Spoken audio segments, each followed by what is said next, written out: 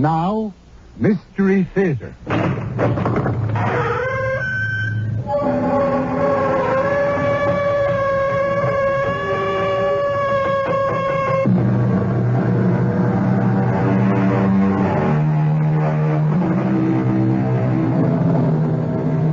Come in. Welcome. I'm E.G. Marshall. I would like to ask a question to which I tell you in advance I expect no answer. What is genius and where did it come from? Genius is very rare. That much we do know. It is elusive and not immediately recognizable.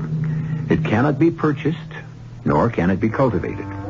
So, rare, intangible, and not to be acquired by any means, then when is it and what is its source? Aware that I've asked the unanswerable, I present you now with the words of the Roman writer Plutarch, half a century before Christ. Genius is a deity. Where is my angel, Doctor? Your what? My angel. I'm lost without my angel. I don't think I quite understand. I thought I saw her sitting on my typewriter. But when I sat down to work, Doctor, she wasn't there at all.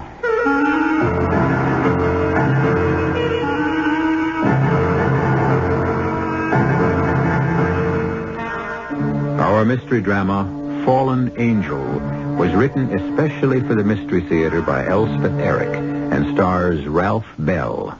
Something special.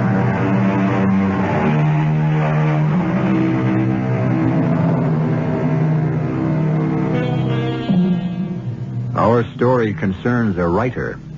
His name is Lawrence Maitland. Many think he's a genius. He thinks so himself. But genius or no, at the moment Lawrence Maitland is in serious trouble. What went wrong? Something went wrong. What? What am I doing here? What kind of a place is this? How did I get here? I can't remember a thing. Oh, good Lord. What's happened to my memory? I can't live if anything's happened to my memory. Yes, come in, please. Dr. Kramer? Yes? I'm Jack Brody. Oh, yes, Mr. Brody, come in. You wanted to talk to me about Mr. Maitland? Yeah. Well, it all started at my place, you know, and Mr. Maitland ain't just a customer. He's like a friend, too. Mm-hmm. Did he come to your place often, Mr. Brody? Yeah, all the time. He never went no place else. When I say all the time, I mean when he was drinking, you know. But he wasn't always drinking. But there was months at a time he didn't drink at all. A periodic drinker. Yeah, well, he went on benders, you know, 2, 3, maybe 4 times a year. And always at your place? Yeah, right. Well, why was that, do you suppose? Well, I don't know. He wouldn't be recognized there. Not very likely. It's near the waterfront, you know. We don't get people from Mr. Maitland's kind of background as a rule. Mm-hmm. Well, him and I got to be what you might call friends. I mean, he knew I'd look after him. How? Well, when he'd get himself really boozed up, I'd call his taxi for him. His taxi? Yeah, it's the same one every time. The driver's a guy named Ivan Kaplan. He was like a friend of Maitland's, too. Ivan would take him home and get him to bed. And lots of times without even waking Mrs. Maitland up, he just knew what to do. Yes, Mrs. Maitland told me. Would you care to tell me just what happened that night? Morning. It was in the morning. About 11 o'clock, that's when I opened up. And, well, the place was empty when he come in. I hadn't seen him in some time, but I wasn't exactly surprised. I knew sooner or later he'd show up. Hi, Jack. Hey, Mr. Maitland. I thought you'd never open up. Well, never before 11, you know that. Well, what's your pleasure? You know damn well what I drink. Make it a double. Right. Water with it? Beer on the side. Well, it's your liver. What's that? Who came in? customer. Yes, sir? Beer? Draft? Please. Hey, Jack. I need another drink here. Yes, sir. Be right with you, Mr. Mason. Now. Right now. You want the same? The same exactly. No, wait. I still have some beer left. Double? I said the same, didn't I? Who's that man? Enter the bar with a beer. Him? I think his name is Jones. You know him? Well, just over the bar. He keeps staring at me. Huh? Well, maybe he knows you from someplace. Impossible. I never do anybody like that. Well, maybe he's seen your picture in the paper. I've seen it a few times. Hey, maybe he caught you on the TV, huh? Cheap publicity. My publisher thinks it's important. Well, sells books, probably. My books sell themselves. Yeah, well... Jones. Is that his real name? That's what he told me. I think he said Jones. Don't you know? Oh, it's none of my business. He says his name is Jones. As far as I'm concerned, his name is Jones. Well, tell you Jones to stop staring at me. No, I don't think he's staring at you, Mr. Maitland. Look, what if he is? It don't mean nothing. That's what you think. He's getting up. Occasional beer is all he drinks. He's coming over here. Now, Mr. Maitland, come on. He thinks he's going to start anything. He wouldn't do that. Well, how do you know? You don't even know him. Excuse me. Mr. Now, Jones. get him away from me. I was wondering if you'd care Get to him away. have a drink. No, Mr. Jones, You come on. dirty little punk. I just wanted to... Tell me. I know what you want. I know all about you. Please. Disgusting. Let go of me. Oh, Mr. Maitland, come on. Come on, break it I'm up. going to kill you. Please. You don't deserve to live. Hey, what's that? Are you crazy? What'd you do that for? I had to hit him. He's a maniac. Well, he didn't hurt you, did he? I'm calling the police. Guys like that, I know their type. I'm getting the police. You keep him right here. He ain't going no place. He's passed out cold. Well, the Jones character was back in a flash with a cop. Mr. Maitland was okay by then. Well, pretty okay. Mm-hmm. He'd taken a cockeyed swipe at Jones, and Jones swings back, and he fell and hit his head. He talked plain enough, but he repeated himself a lot. Kept asking what happened? Yeah, just like in the movies. And where's my angel? Angel? Yeah. Naturally, I thought he meant his wife, so I went and phoned her. And meanwhile, they booked him at the station house for disorderly conduct, and Jones said he was going to sue for assault and battery. So Mrs. Maitland showed up. I thought she'd take him home, but she didn't. So she brought him to this place. Mm-hmm. Well, I think she did the right thing. Yeah, well, why not a hospital? He doesn't really need a hospital at this point. He's better off here. I can't get over the yellow sheets. Buttercup yellow. And with the sun shining on them, very cheery. Very... It's hard to be depressed on yellow sheets. Is that the idea? Am I in some kind of asylum? A mental institution? Oh, Lord. That'll make some kind of a headline. Lawrence Maitland, America's foremost novelist, confined to a mental institution. But how? Why? Who did it to me? Who put me here? Pauline? Oh, why would Pauline do that? She's got no reason. No reason. Except to get rid of me. Oh, yes, there's always that. That would be the reason. Yes? Who is it? Good morning, Mr. Maitland. Who are you? I'm Dr. Kramer. Max Kramer. How are you feeling? I feel fine. What is this place? Some kind of a nut house? Who put me here? It's a sanitarium. Your wife brought you here after a minor fracas in a barroom and a brief appearance in front of a judge. I've been in jail? Only very briefly. For what? Oh, creating a disturbance and assaulting a man who threatens to sue you. What man? I only know his name is Jones. How do you know that much? The bartender told me. Jack Brody, you talk to Jack? He seems to know you quite well. I do all my drinking at Jack's. Why? There are more attractive places. Jack's my friend. He looks after me. Why should anyone have to look after you? Sometimes I drink too much. Not often, but sometimes. Rest of the time, I don't drink at all. I'm not an alcoholic, in case that's what you're kicking around in that candy little brain of yours. I do not have a drinking problem. It's just that once I take a drink, I can't stop. Oh, I see. What are you smiling at? Well, you've just handed me an accurate description of an alcoholic. One for whom a single drink is too much and 100 not enough. Well, that about sums it up, I guess. Well, go ahead, ask me. Ask you what? Why do you drink, Mr. Maitland? You who have everything, talent, even genius, success, acclaim, looks, charm. Do you have charm? Well, a certain amount. Don't I? Well, women seem to think so. That must be very gratifying. Not that I take advantage of it. I don't. Because I happen to have a very beautiful, very exceptional wife. You'll see when you meet her. Mrs. Maitland and I have already met. You have?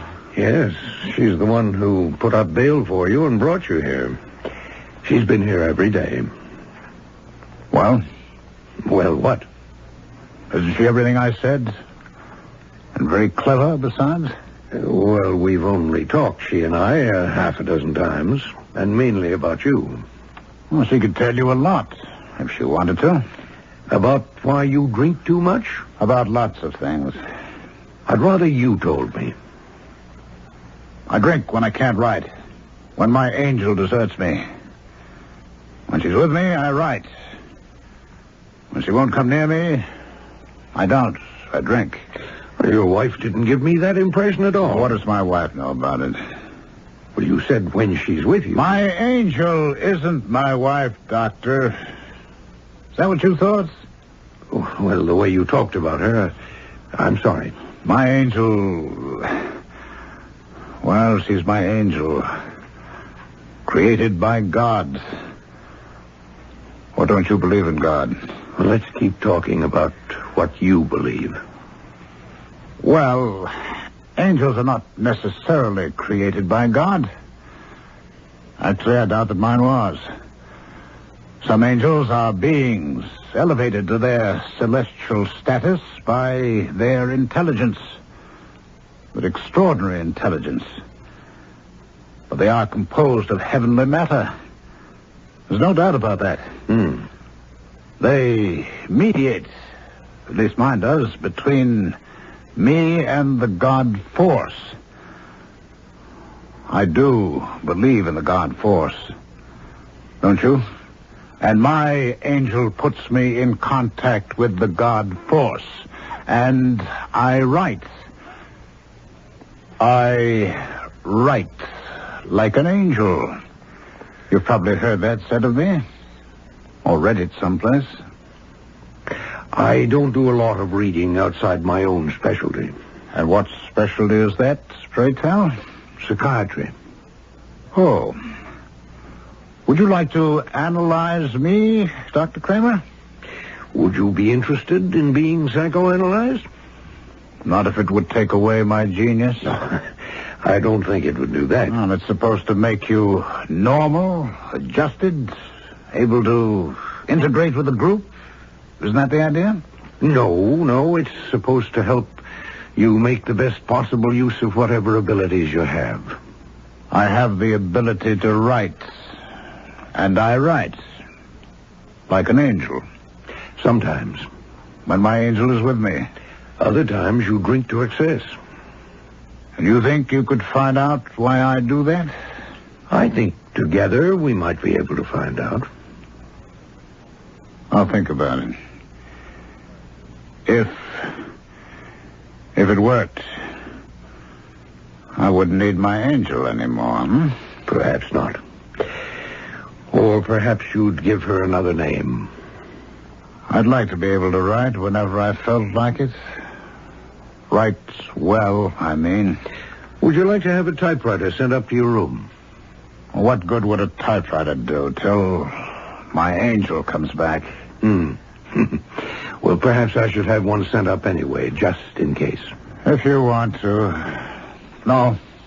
By the way. Yes? You said my wife had been to see me? Yes, every day. Today? She's downstairs right now. Would you like to see her? I think so. Well, I'll ask her to come up. Oh, doctor. Yes? Are you in love with my wife? Am I what? It's a simple question. Are you in love with Pauline? That's my wife's name, Pauline. Are you in love with her? I'll ask her to come up. He is, of course. But is Pauline in love with him?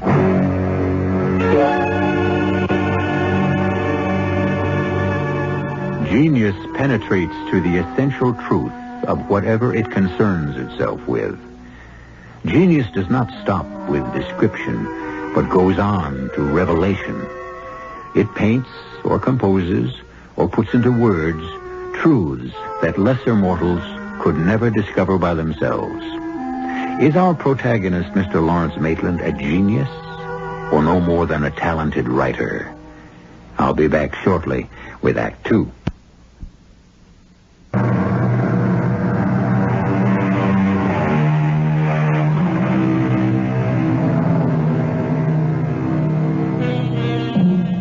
Mr. Lawrence Maitland, you may remember, discovered himself in a large, airy room not his own, which he rightly deduced to be one of many in a mental institution to which he had been brought after assaulting a stranger in a bar. Dr. Max Kramer, chief psychiatrist of the asylum, after a friendly chat with his new patient, was startled to be asked if he, the doctor, was in love with the patient's wife. Doctor. Mrs. Maitland? How is Lawrence today? Better. Much better. Oh, I'm so glad. He can go home if he wants to. Really? Only I hope he doesn't want to. Why do you say that? Because I couldn't guarantee that what happened in Jack's bar wouldn't happen again. And perhaps again. But why did it happen? I mean, to hit a man who'd never done him any harm, a man he didn't even know. Mrs. Maitland, there are no easy answers. Oh, I know that. Everybody says I know that, but everybody goes on looking for easy answers. Yes, I'm sure that's true, but still But still, you'd like an easy answer. You're reading my mind, Doctor. Is your mind so different from other minds? No. But his is, Dr. Kramer. Lawrence has a mind that is, well, it's quite different. He knows things that other people don't know. Like what? Haven't you read his books? Well, I have meant to, but there's so much reading I must do. I haven't got around to it. Oh, but you must. They're like revealed truth. Like the best parts of the Bible, if I'm not being profane. Not to me, you're not. Well, I'd read all his books before I met him, all those that had been published up to that time, and then when I met him, I felt like a schoolgirl sitting at the feet of a master. Just to be near him was to be near the fount of all wisdom, all truth. How old are you, Mrs. Maitland? Why, I'm 37. How long have you and Mr. Maitland been married? 10 years. And do you still feel like a schoolgirl? Are you still sitting at the feet of the master? Well, yes, I do. I am. I don't think that's a very healthy way for a woman of 37 to feel. I think a woman of 37 should have formulated her own thoughts about wisdom and truth. Well, I never thought I never tried. I mean, I don't really know anything. You know a great deal. I don't know why you say that. Really, Because everyone knows a great deal. I'm not trying to flatter you. Everyone knows a great deal until he or she starts taking the word of someone else on faith. That's when the intelligence falters, when we start believing what's told us instead of what we feel to be true. Right. I think I see what you mean. Well, now, we were talking about your husband, weren't we? He can go home if he wants to. Does he want to? He seems somewhat interested in being psychoanalyzed. Really? We've never been interested before. Quite the contrary. Well, I can't say how serious he is about it now. But the incident in the bar, the fact that the man, Jones, I think his name is suing him for assault and battery, it puts a different light on things. Or it should. Of course, he has something the rest of us don't have. He has his angel. He told you about that? Oh, yes. It seems his angel has temporarily deserted him. Oh, it's Lawrence's way of talking. I don't think so. I think he believes he has an angel, a real angel. You and I perhaps would call it his ability to write. But if he wants to call it his angel, well, you know, at first I thought he meant you, Mrs. Maitland. Oh, for heaven's sakes, why would you think that? I don't know. I just did. Well, perhaps I'd better go up and see him now, if you say it's all right. Yes. Quite all right.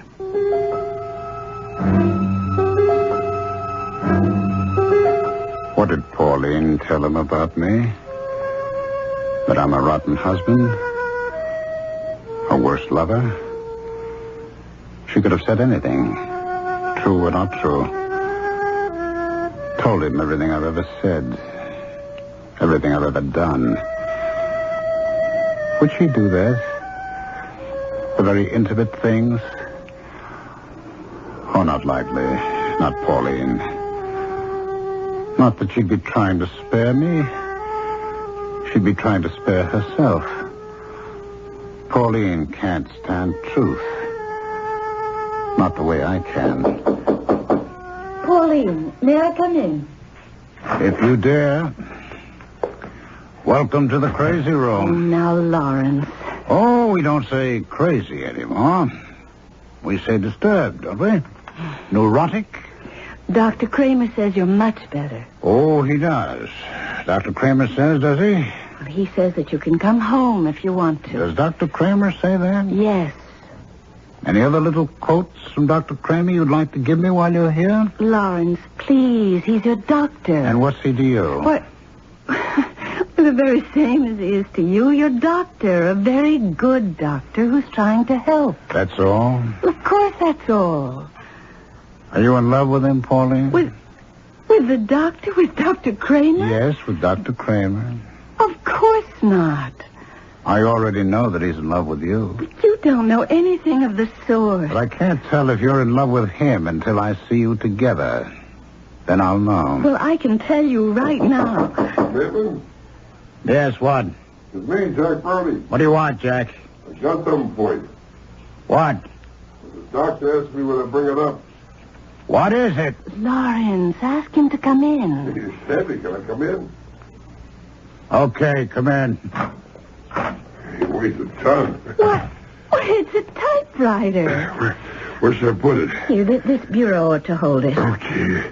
The doctor said take it right out of his own office. It's his. There you are. Wasn't that nice of the doctor? I'm Mrs. Maitland. Oh, I'm Jack Brody, a friend of your husband's. A very good friend, I know. Yeah, well, you think maybe you'll write something, Mr. Maitland? Well, it might be the best thing in the world for you, darling. You knock off a masterpiece, huh? Could happen. Maybe we ought to leave the room, Mr. Brody. Yeah, maybe we ought to. Nice to have met you, Mrs. Maitland. Well, I'm very glad to have met you, Mr. Brody. Yeah, unfortunate circumstances and all that. You coming too, Miss Maitland? I might as well. Now, Pauline, wait. Don't go. Well, all right, dear. This is for you. You want me to read it now? Take it. Well, as a rule, he never wants me to read anything until it's finished. It's finished. Take it. Lawrence! What's the matter, Miss Maitland? You didn't... Well, you couldn't have written this, not you. You couldn't have. I won't believe it. Let me see it. Don't tear it up. Let me see it. You've never written like this before, never. We were standing right here. This is... You wrote this stuff for your wife? This is gutter stuff. He couldn't have meant it. It's disgusting. It's vile. I never read anything so repulsive. It's not like him. He's sick. He's worse than sick. He's rotten. He's decayed. No, he's ill. Whatever. Listen, Mr. Maitland, let me tell you something. Don't you ever set your foot inside my bar again. You hear me? You understand what I'm saying? I don't want you in my place ever again. You don't mean that, Jack. I mean it. You show your face and I'll smash it in. You're my friend, Jack. No more. I was your friend, but no more. Now, you stay away from me. Well, where am I supposed to go? You really want to know? Huh?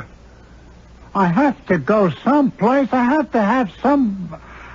No, Jack, don't turn against me. Don't stop being my friend. I already stopped.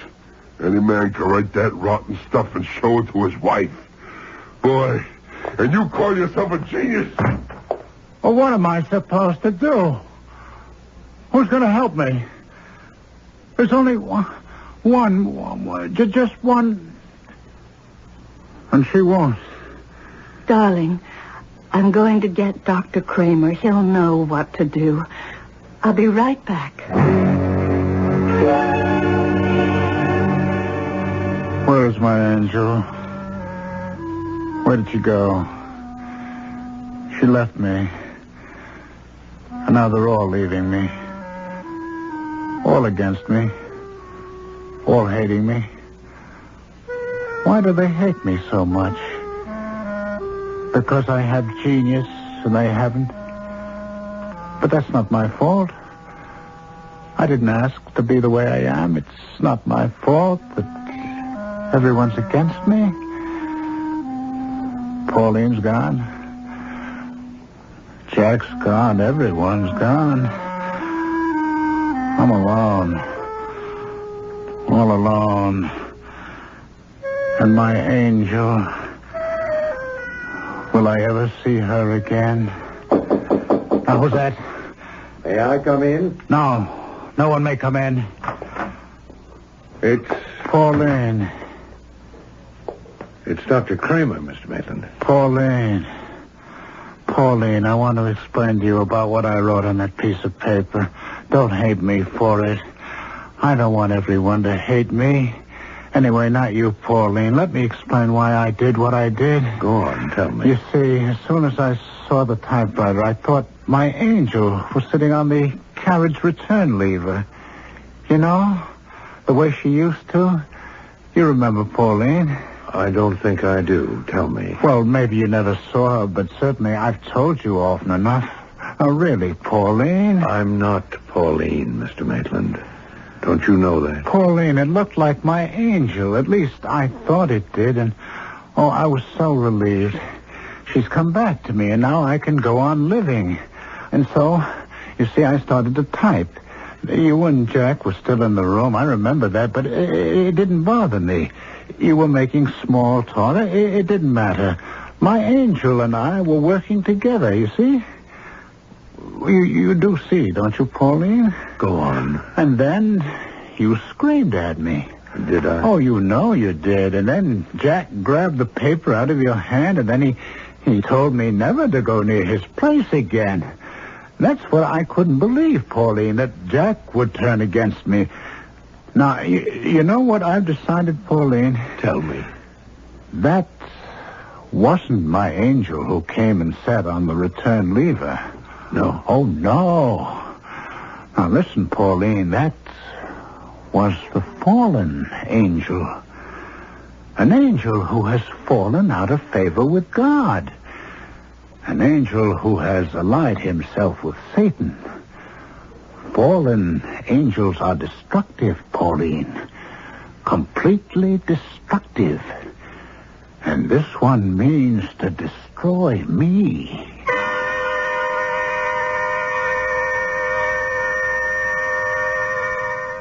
How is one to tell a true angel from one who has fallen from grace?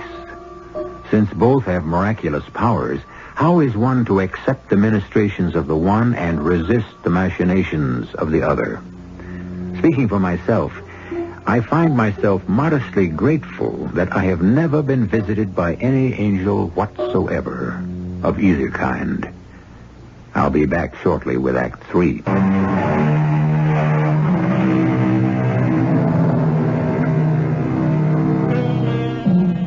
When we left Lawrence Maitland, he was explaining to Dr. Max Kramer, psychiatrist, why he had written a page of obscene prose and handed it to his shocked and horrified wife. While his explanation may have sounded bizarre to the psychiatrist's ear, no less bizarre was Maitland's conviction that he was talking not to his doctor, but to his wife. However, several days had now passed. Yes, Jan? Oh. Well, ask Mr. Jones to step into my office, please. Mr. Jones. Now, why would he... Mr. Jones? Dr. Kramer? Yes. Come in, please. Thank you. Have a chair. Thank you. My girl said you wanted to see me about Mr. Lawrence Maitland. Well, they told me at the police station he was here. Yes, he is. How is he? Ooh, coming along? I'm glad of that. He's such a very great writer. So I'm told by many people, including Mr. Maitland himself. But you didn't come here to discuss Mr. Maitland's literary gifts? No, of course not. I came to tell you about that the most unfortunate incident at Jack's bar. Has he told you why he took a swing at me? No, he hasn't. Possibly he doesn't know. Possibly. But I know. Yes? He thought I was about to make a homosexual advance. Oh. Definitely. And I wasn't. Oh. Although I am a homosexual. Yes, I see. You see, I work as a bank teller, but most of my spare time is spent reading and sometimes writing, in a despairing sort of way. Why despairing? Well, because I don't think I'm really very good at it, and I don't suppose I ever will be. So when I saw Lawrence Maitland, the great Lawrence Maitland, sitting at the same bar at 11 o'clock in the morning, I thought, well, maybe if I could just talk to him for half an hour. I don't know what I thought, what I expected. Encouragement, maybe a pointer or two. I really don't know. But not what he thought I wanted. Well, was there anything else? Oh, yes, I wondered if I might see Mr. Maitland for just a minute or two. I have something rather important to tell him, but not what I just told you, no, something else. I see. Something that, well, might make him feel a little better. Well, in that case, I don't see why not. Oh, he's such a great man, Mr. Maitland. Such a very great writer. It seems such a pity. Such a pity, yes. Jane, is Mrs. Maitland here yet? Oh, she is? Well, ask her to come in, please. Such a pity. Well, come in, Mrs. Maitland, come in. Thank you. How is Lawrence? Much better. Oh, good. May I see him? There's someone with him now. Oh, not Jack from the bar. No. I didn't think so. Mrs. Maitland, I think it's about time I gave you some kind of diagnosis of your husband's condition. A very tentative one, you understand, but, well, let's call it an educated guess. All right? All right. Your husband is paranoid, Mrs. Maitland. Not chronically so, only intermittently. Do you know what paranoid means, Mrs. Maitland? Suspicious, feeling persecuted. Correct. Paranoia is a mental disorder characterized by delusions of persecution and of one's own greatness. Do you follow me? I think so, only you sound so... So what? So severe. I'm not used to... Well, never mind. I don't mean to sound severe. It's all right. But, Dr. Kramer, Lawrence is a great man. That's not a delusion. No one knows with exactitude what a great man is. Well, what's to be done, Doctor? I can't just abandon him. Well, psychoanalysis might help. Would he do that, do you think? He might. Should I talk to him about it? It's better that I should. I wouldn't know what to say, really. I'll talk to him as soon as his present visitor leaves. Well, you've never told me who his visitor is. I can't imagine who'd come to see him. Who'd even know that he's here? It's the man Jones. The man he tried to knock down in Jack's bar. Who is it? May I come in, Mr. Maitland? Who are you? I'm Jason Jones, Mr. Maitland. Who? From the other night, a couple of weeks ago. Jack's bar? I took a swing at you. Yes, you did. I must have been drunk. Not so very. Well, sit down if you want to. Oh, thank you. What can I do for you? Well, I don't know exactly. Teach me how to write? In one afternoon? I was only kidding. Not in a lifetime. As a matter of fact, I'm having a little trouble right now with my own writing.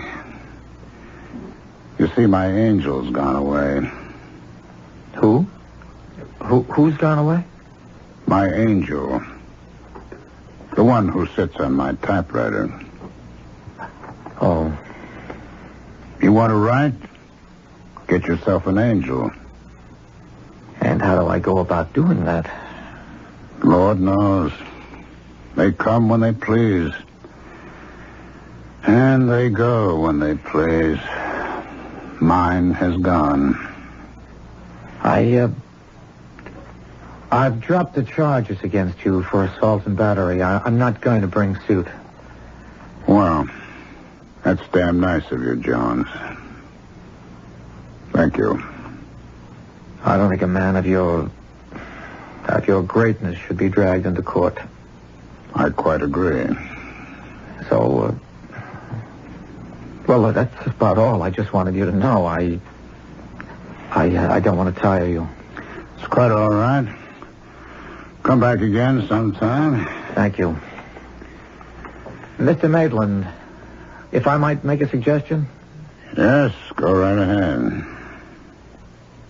Don't be afraid of people like me. I mean, if we want to buy you a drink in a bar or talk to you, don't be afraid. Afraid? What's he talking about? Afraid of what? Afraid of somebody like him? People like him? Well, what's there to be afraid of? Now, who is it?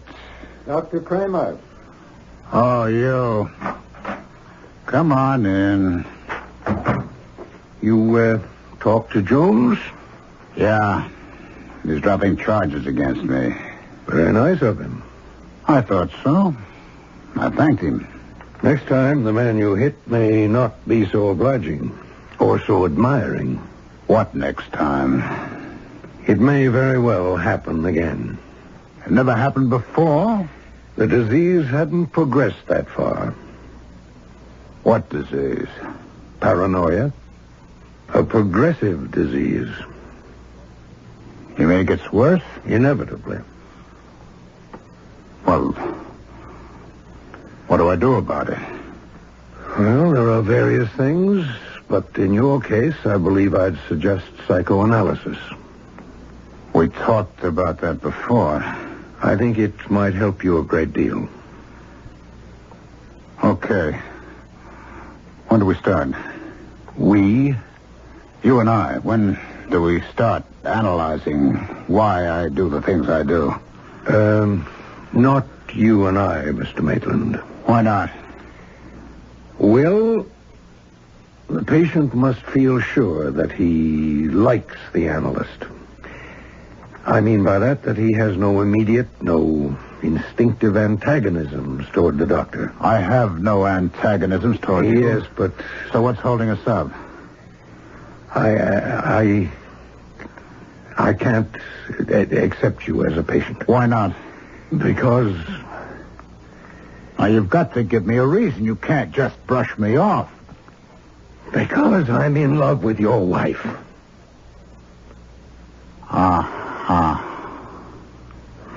I don't know how or when or why it happened, but it happened. I was right. When you asked me, did I love your wife, it was not true then. It came later. It was true then. I knew because I am Lawrence Maitland, and I know these things. Doctor, I'd like to be alone for a while, if you don't mind. Of course. We'll talk more later. Perhaps we will. Perhaps. Goodbye, Doctor. Goodbye. If you need to talk to me... I don't think so. Well, in that case... What was that? What was what? I thought I heard something. Oh, did you hear her, too? Her? My angel. She's back. She is? Can't you see her? She's sitting on the typewriter. I can't say that I do see her. Not really. No. I don't suppose you can. Be so good as to close the door behind you, Doctor. I really have to get to work.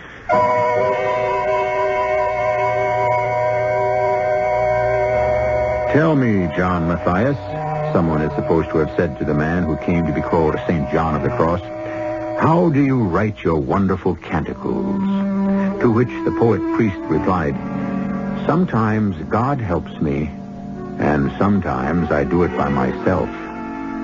If the true men of genius can give no more satisfactory answer than that, what in the name of heaven can you expect of me? I'll be back shortly. The entire production was under the direction of Himan Brown. This is E.G. Marshall inviting you to return to our Mystery Theater for another adventure in the macabre. Until next time, pleasant dreams.